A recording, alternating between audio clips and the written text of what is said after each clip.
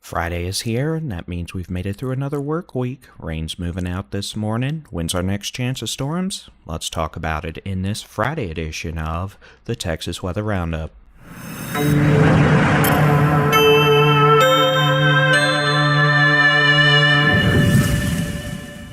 Good morning, it's Friday the 22nd of March 2024. I'm Texas Storm Chasers Boldy-in-Chief David Reimer. It was a pretty rowdy Thursday and Thursday night across the eastern half of Texas. Plenty of showers and storms, some of which did end up producing hail up to the size of golf balls, maybe a bit larger north and east of Houston. Late last evening over towards Beaumont, but fortunately no tornadoes, no spinny doom, none of that. And we are definitely much calmer this morning. Let's take a look at the high resolution rapid refresh model for today, tonight into Saturday. You can see the rain will be moving out by early afternoon, leaving mostly sunny skies across the state this afternoon. Tonight into Saturday morning, we're expecting an uptick in cloud cover across the state as the animation quits playing. That's interesting. I guess it really just hates me. Oh, nope, there you go. It's definitely a Friday in the technology department, I suppose. You can see we are expecting an increase in upper level clouds on Saturday, but we do expect to remain dry across the state, maybe a sprinkle or two in the panhandle of Texas. As we head into Sunday, Monday, and Tuesday, our next upper level storm system will spin up, creating quite a ruckus in terms of the chance for a winter storm across portions of the Central Plains. It would have helped if I had put the right file in, but you know what? It's a Friday, so we'll just do it on the go. Here you go. Sunday, you can see this model tries to have a few showers in far west Texas early Sunday morning. What we're going to have to watch for in Texas is the chance for scattered thunderstorms by the late afternoon east of a dry line across northwest Texas, the big country into the Concho Valley. A couple of supercell thunderstorms possible late that afternoon into early Sunday evening. The chance, not a guarantee, with, as this model showed, the higher chance of thunderstorm coverage north of the Red River across western and central Oklahoma into portions of Kansas, on the western periphery of a very intense area of surface low pressure. Technically, the meteorological term would be a rapidly deepening area of surface low pressure. The point is, it's gonna be rowdy. West of that area of surface low pressure, north of it, a blizzard. Kansas, Wyoming, Nebraska, and the portions of western Kansas by Sunday into Monday. Now, as a trailing cold front begins to push southeast into Texas Monday morning, Monday afternoon, we may see scattered showers and thunderstorms, much like yesterday, develop across portions of the eastern half of Texas. A couple of those storms may be strong, but we'll have to refine the specific severe weather threat as we get a bit closer to Monday, and then the chance for some of those storms to stick around into Tuesday morning, perhaps across northeast Texas, east Texas, southeast Texas, into the coastal bend.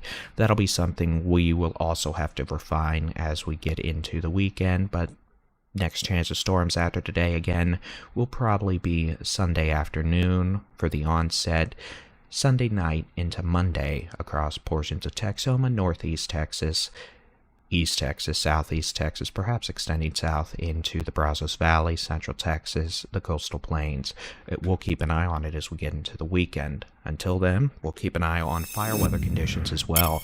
Today into Saturday, the highest threat relatively for fire danger across the state from the Texas A&M Forest Service will be the Panhandle, down to West Texas, the Big Country, the Concho Valley, the Edwards Plateau, the Big Bend, Southwest Texas, the Guadalupe Mountains, Trans-Pecos region, Davis Mounds, into the borderland of far west Texas around El Paso for today, tomorrow, and then on Sunday, the threat increases to a very high fire danger rating across the Big Bend, the Permian Basin, west of a surface dry line, and we'll have warm temperatures and increasing winds as that surface low pressure spins up to our north. So we'll have to keep an eye on the wildfire threat as well across the western third of Texas on Sunday.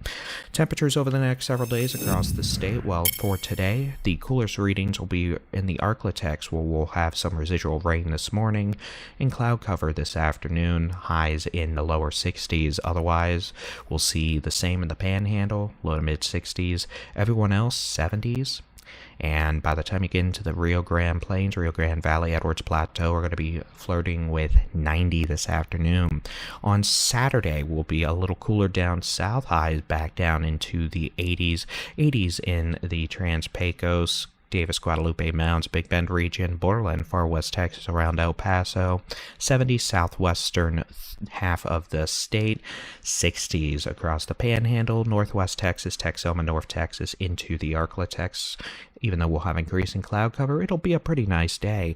Sunday, it'll be warming up across the state as we see increasing south winds. It's going to be a pretty windy day with highs generally 60s, 70s to 80s.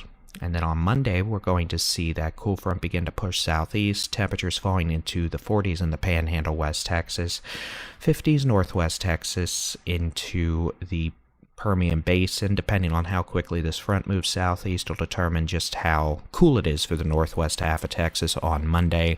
Otherwise, southeastern half of Texas still in the 70s and 80s in that warm sector. Then as the cool front begins to move a little further south on Tuesday, we'll see highs in the 50s, Panhandle, Texoma, Northwest Texas, Arklatex, generally looking at 60s, northern half of the state, minus that little blunder graphic in the San Angelo County warning area. Don't know what that's about, but we'll just say 60s northern half of Texas, 70s across the southern half of the state to right around 80 to 83 degrees, Rio Grande Valley, Edwards Plateau, into the Rio Grande Plains. All right, that's going to be it for your Texas Weather Roundup on this Friday. Clearly, as I am not in the weather office, thank you to everyone who has been hitting that big old subscribe button on the Texas Weather Center YouTube channel. We are almost at 20,000 folks following us. We definitely appreciate that. We appreciate the feedback. Thank you for the super chats in recent days. We really appreciate that as well, though we never come to expect it. It is always appreciated.